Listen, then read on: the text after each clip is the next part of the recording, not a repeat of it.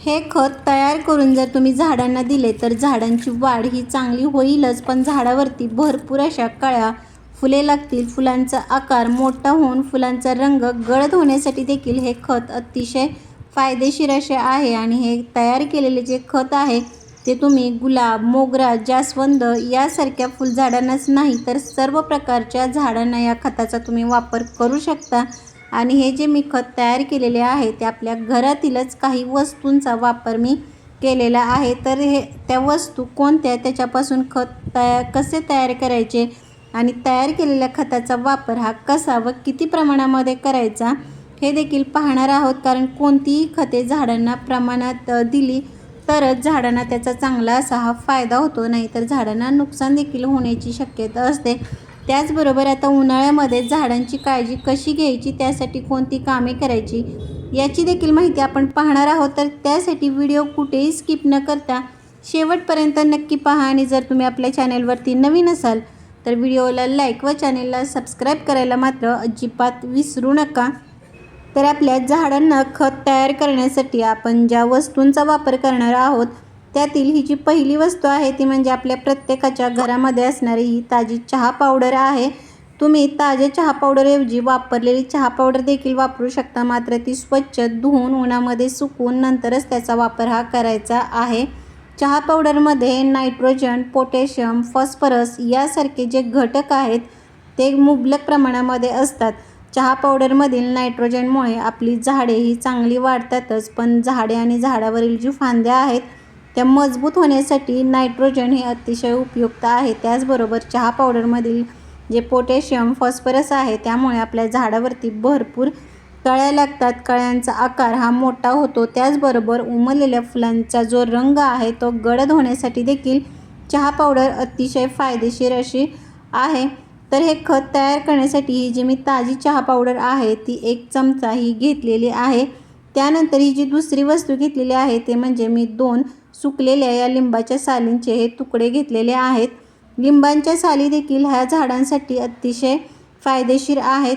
लिंबाच्या साली ह्या आम्लयुक्त असतात आणि आपल्या झाडांना भरपूर कळ्या, फुले येण्यासाठी ही आम्लयुक्त मातीचीच आवश्यकता असते. लिंबाच्या सालीचा वापर केल्यामुळे कुंडीतील जी माती आहे ती आम्लयुक्त होते आणि आपल्या झाडांना भरपूर याच्या वापरामुळे फुले लागण्यासाठीही मदत होते.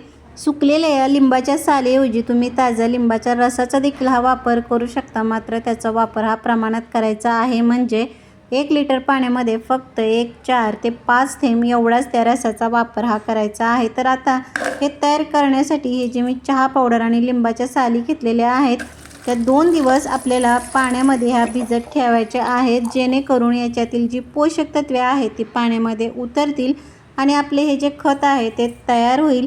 तयार झालेल्या या खतामध्ये देखील आपल्याला अजून एका वस्तूचा वापर हा करायचा आहे. ती कोणती हे आपण पुढे पाहणार आहोतच.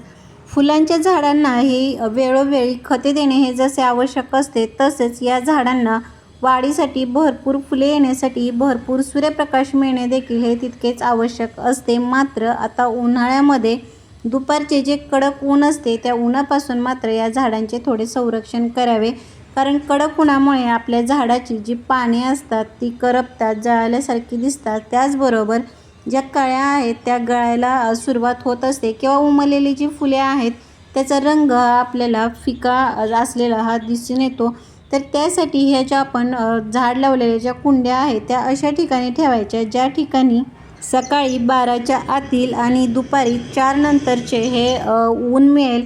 त्याचबरोबर आता उन्हाळ्यामध्ये झाडांना कुंडीतील मातीमध्ये हा ओलावा राहील इतपत पाणी देणे हे आवश्यक आहे. म्हणजेच झाडांना आता दररोज पाणी देणे देखील हे गरजेचे असते, कारण उन्हाळ्यात कडक उन्हामुळे कुंडीतील माती ही लवकर कोरडी होते. त्यामुळे काही वेळेस तर झाडांना 2 वेळा देखील पाणी देणे हे गरजेचे आहे, नाहीतर आपली झाडे ही सुकण्याची देखील ही शक्यता असते.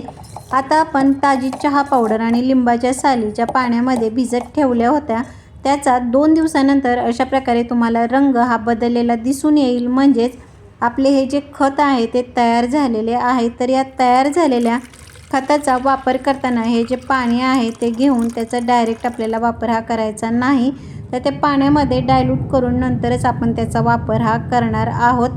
तयार झालेल्या या पाण्यामध्ये आपण हा जो खायचा चुना असतो त्याचा देखील हा वापर करणार आहोत, कारण खायच्या चुन्यामध्ये हे कॅल्शियम हे मुबलक प्रमाणामध्ये असते.